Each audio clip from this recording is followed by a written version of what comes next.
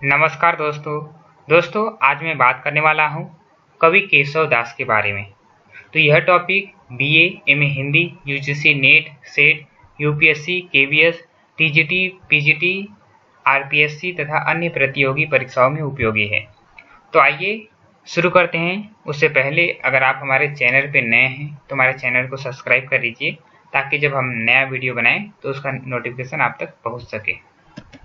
तो दोस्तों यह है केशव दास का परिचय। तो सबसे पहले हम देखेंगे केशव दास का जीवन परिचय। केशव दास का जन्म 1555 में बुंदेलखंड के ओरछा नामक नगर में और मृत्यु 1617 में हुआ था। केशव दास ओरछा नरेश महाराज राम सिंह के भाई इंद्रजीत सिंह के राजकवि थे। केशव दास को डॉक्टर नगेंद्र ने रीतिकाल का प्रवर्तक माना है, क्योंकि उनका मानना है कि रीति निरूपण का आरंभ केशव दास से होता है। केशव दास ने कवि प्रिया की रचना अपनी एक शिष्या राय प्रवीण को काव्य की शिक्षा देने के उद्देश्य से की थी। दोस्तों जो केशव दास का जन्म हुआ है वो 1555 ईस्वी में हुआ है और इनका जो जन्म स्थान है वो है ओरछा नामक नगर में। और ये जो इंद्रजीत सिंह हैं इनके राजकवि थे और डॉक्टर नगेंद्र ने केशव दास को रीतिकाल का प्रवर्तक माना है, परंतु आचार्य रामचंद्र शुक्ल ने चिंतामणि को रीतिकाल का प्रवर्तक माना था। तो डॉक्टर नगेंद्र ने केशव दास को रीतिकाल का प्रवर्तक माना है, ये ध्यान में रखना है, और रामचंद्र शुक्ल ने चिंतामणि त्रिपाठी को। तो दोस्तों केशव दास ने एक रचना लिखी थी जिसका नाम था कवि प्रिया। तो कवि प्रिया की रचना ऐसा कहा जाता है कि उनकी एक शिष्या थी जिसका नाम था राय प्रवीण। उसे काव्य की शिक्षा देने के उद्देश्य से इस रचना किया था उन्होंने, कवि प्रिया की। तो आगे हम देखते हैं केशव दास की जो प्रमुख रचनाएं हैं। तो पहला है रसिक प्रिया जो 1591 में लिखा गया था, ये इनका प्रथम काव्य है। दूसरा है कवि प्रिया 1601 में, रामचंद्रिका 1601 में, रतन बावनी 1607 में, वीर सिंह देवचरित 1607 में, विज्ञान गीता 1610 में, जहांगीर जस चंद्रिका 1612 में, छंदमाला और नक्शी। दोस्तों ये सभी रचनाएं केशव दास की है और जो कि एग्जाम की दृष्टि से काफी महत्वपूर्ण है। एग्जाम में अक्सर प्रश्न आते हैं केशव दास की रचनाओं के ऊपर क्रम से। जैसे यूजीसी नेट की जब हम बात करते हैं तो कभी क्रम के साथ आते हैं कि प्रकाशन वर्ष की दृष्टि से रचनाएं आते हैं, तो केशव दास के भी क्रम से रचनाएं आती है उसमें। तो आपको ये ध्यान में रखना है कि सबसे पहला है रसिक प्रिया। आप इसको इस तरह भी ध्यान रख सकते हैं कि रसिक कवि ने राम रतन को वीर सिंह के विज्ञान गीत सुनाए, तो जहांगीर ने छंदमाला से नक्शिक निकाला। आप मतलब एक वाक्य बना के इसे याद रख सकते थे। जब मैं यूजीसी नेट की तैयारी कर रहा था तो मैंने कुछ इसी तरीके से कुछ वाक्य बनाए थे सभी रचनाओं के ऊपर, चाहे वो भारतेंदु युग के कवि हो उनकी रचना हो, द्विवेदी युग के कवि उनकी रचनाएं, तो कुछ इस तरह से मैंने वाक्य बना लिए थे ताकि हम एग्जाम में हमें याद रहे।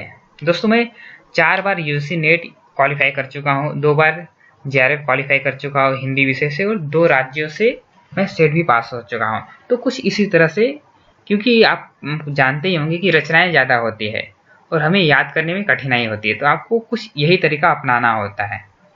तो आइए हम आगे देखते हैं। तो केशव दास ने रसिक प्रिया, कवि प्रिया और छंदमाला में रीति निरूपण करते हुए रस, अलंकार और छंद का विवेचन किया है। रामचंद्रिका में केशव दास ने इतनी अधिक अलंकारों का प्रयोग किया है कि सामान्य पाठक तो क्या, उसे विद्वान लोग भी समझ नहीं पाते। इसलिए आचार्य रामचंद्र शुक्ल ने केशव की रामचंद्रिका को कठिन काव्य का प्रेत कहा है। दोस्तों केशव दास ने जो रीति निरूपण करते हुए कुछ रचनाएं लिखी थी, जैसे कि रसिक प्रिया में उन्होंने रस का निरूपण किया था। तो कवि प्रिया में अलंकारों का और छंदमाला में छंद का निरूपण किया था। तो केशवदास ने अपनी जो रामचंद्रिका लिखी थी, तो कहा जाता है कि केशवदास ने इतने अधिक अलंकारों का और छंदों का प्रयोग उसके अंदर कर दिया था कि सामान्य से सामान्य तो छोड़ दीजिए, जो एक विद्वान है उसकी समझ से भी वो बाहर हो गया है। इसलिए रामचंद्र शुक्ल ने रामचंद्रिका को कठिन काव्य का प्रेत कहा है। केशव के काव्य को कठिन काव्य का प्रेत किसने कहा है? तो रामचंद्र शुक्ल ने। ये बात आपको ध्यान में रखनी है। आगे हम देखते हैं, रामस्वरूप चतुर्वेदी ने रामचंद्रिका को छंदों का अजायब घर कहा है। रामचंद्रिका में राम की कथा का वर्णन है। रामचंद्रिका की भाषा साहित्यिक ब्रज है। रामचंद्रिका में कवि केशवदास ने जो संवाद लिखे हैं वे परवर्ती कवियों के लिए वरदान सिद्ध हुए हैं। उनके जैसा संवाद लिखने वाले कवि हिंदी साहित्य में आज तक नहीं हो पाए हैं। तो दोस्तों, एक विद्वान है रामस्वरूप चतुर्वेदी, उन्होंने रामचंद्रिका को छंदों का अजायब घर कहा है। और रामचंद्रिका का जो विषय है वो राम की कथा का वर्णन रामचंद्रिका में हुआ है। और रामचंद्रिका की जो भाषा है वो साहित्यिक ब्रज है। और ऐसा कहा जाता है कि केशव ने रामचंद्रिका में कुछ अच्छा किया है, तो उसके अंदर जो उन्होंने संवाद लिखे हैं, चाहे वो रावण और अंगद का संवाद हो या अन्य संवाद, वो काफी लोकप्रिय हुए हैं। तो इसलिए कहा जाता है कि केशव जैसा संवाद लिखने वाले कवि बहुत ही कम हिंदी साहित्य में हुए हैं। तो आगे हम देखते हैं कुछ महत्वपूर्ण तथ्य। तो केशवदास के बारे में कुछ महत्वपूर्ण तथ्य है। तो पहला तथ्य है कि केशवदास की रामचंद्रिका पर प्रसन्न राघव, हनुमत नाटक, अनर्घ राघव, कादंबरी तथा नैषध चरित का प्रभाव पड़ा है। ये प्रश्न आए हैं एक दो बार नेट के एग्जाम में कि केशवदास की रचना में, केशवदास की जो रामचंद्रिका है उसके ऊपर किसका प्रभाव पड़ा है? तो ऑप्शन में प्रसन्न राघव और अनर्घ राघव था। तो ये मेरे ख्याल से 2019 के एग्जाम में आए थे, यूजीसी नेट के एग्जाम में। तो ऐसे प्रश्न आते हैं, तो ये बातें आपको ध्यान में रखनी कि केशवदास की जो रामचंद्रिका है उसके ऊपर प्रसन्न राघव, हनुमान नाटक, अनर्घ राघव, कादंबरी तथा नैषध चरित का प्रभाव पड़ा है। आगे देखते हैं हम, केशवदास संस्कृत के बड़े विद्वान थे। उनके कुल में भी संस्कृत का ही प्रचार था। नौकर चाकर भी संस्कृत बोलते थे। उनके कुल में संस्कृत छोड़ हिंदी भाषा में कविता करना उन्हें कुछ अपमानजनक सा लगा। भाषा बोल न जानही जिनके कुल के दास, तीन भाषा कविता करे जड़मती केशवदास। तो ऐसा कहा जाता है कि किंवदंती है कि लोग कहते हैं कि केशवदास इतने बड़े संस्कृत के विद्वान थे कि उनके जो नौकर चाकर थे वो भी संस्कृत बोला करते थे, और इसीलिए उन्हें जो बोलचाल की भाषा है उसमें कविता लिखना कुछ अपमानजनक सा लगता था। तो यही इसलिए उनकी एक पंक्ति है कि भाषा बोल न जानही जिनके कुल के दास, तीन भाषा कविता करी जड़मती केशवदास। आगे हम देखते हैं, दोस्तों केशवदास को अलंकारवादी माना जाता था क्योंकि उन्हें अलंकारों से काफी लगाव था। तो केशव को अलंकार बहुत प्रिय थे। इसके ऊपर एक उन्हीं का दोहा है। तो उनके एक छंद है, यद्यपि सुजाति सुलक्षणी सुबरन सरस सुरुक्त भूषण बिनु न विराजई कविता वनिता मित्र। तो वे कहते हैं कि जिस प्रकार एक सुंदरी वे आभूषणों से युक्त है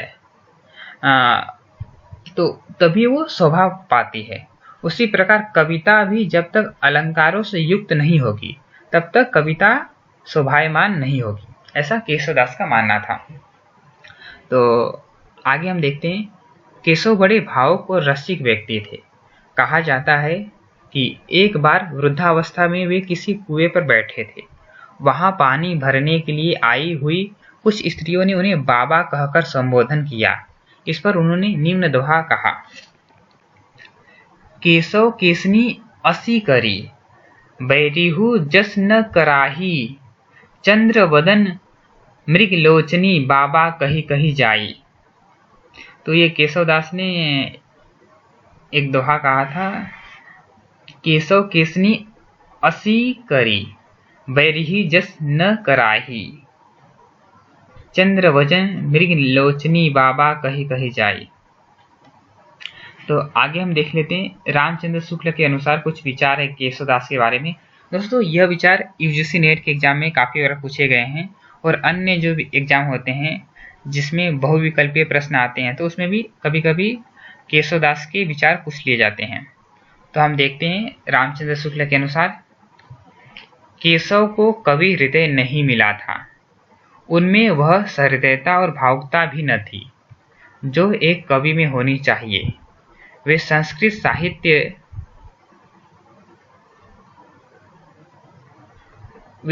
साहित्य से, यहाँ पर थोड़ा प्रिंटिंग मिस्टेक हो गया है, तो वे संस्कृत साहित्य से सामग्री लेकर अपने पांडित्य और रचना कौशल की धाक जमाना चाहते थे, पर इस कार्य में सफलता प्राप्त करने के लिए भाषा पर जैसा अधिकार चाहिए वैसा उन्हें प्राप्त न था।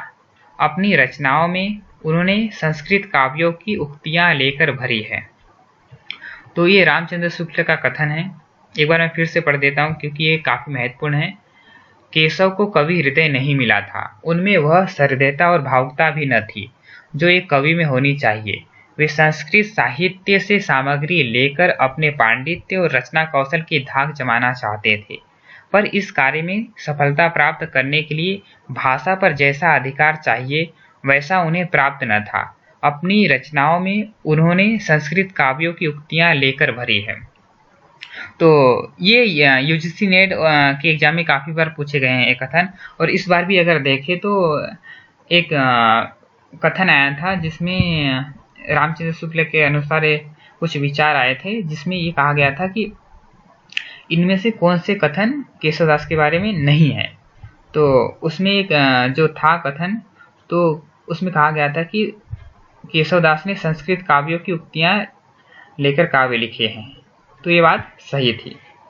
तो ऐसे कथन आते हैं एग्जाम में, तो आपको ये बातें ध्यान में रखनी है। तो आगे हम देखते हैं, केशव उक्ति वैचित्र्य और शब्द क्रीड़ा के प्रेमी थे। जीवन के नाना गंभीर और मार्मिक पक्षों पर उनकी दृष्टि नहीं थी, अतः वे मुक्तक रचना के ही उपयुक्त थे, प्रबंध रचना की नहीं। प्रबंध पटुता उनमें कुछ भी न थी। वे प्रबंध काव्य के लिए 3 बातें अनिवार्य हैं। प्रबंध पटुता उनमें कुछ भी न थी।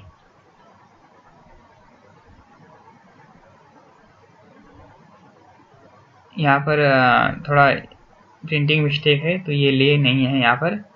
तो प्रबंध काव्य के लिए 3 बातें अनिवार्य है। संबंध निर्वाह, कथा की गंभीर और मार्मिक स्थलों की पहचान और दृश्यों की स्थानगत विशेषता। यह तीनों ही बात केशवदास के काव्य में नहीं दिखाई देती है।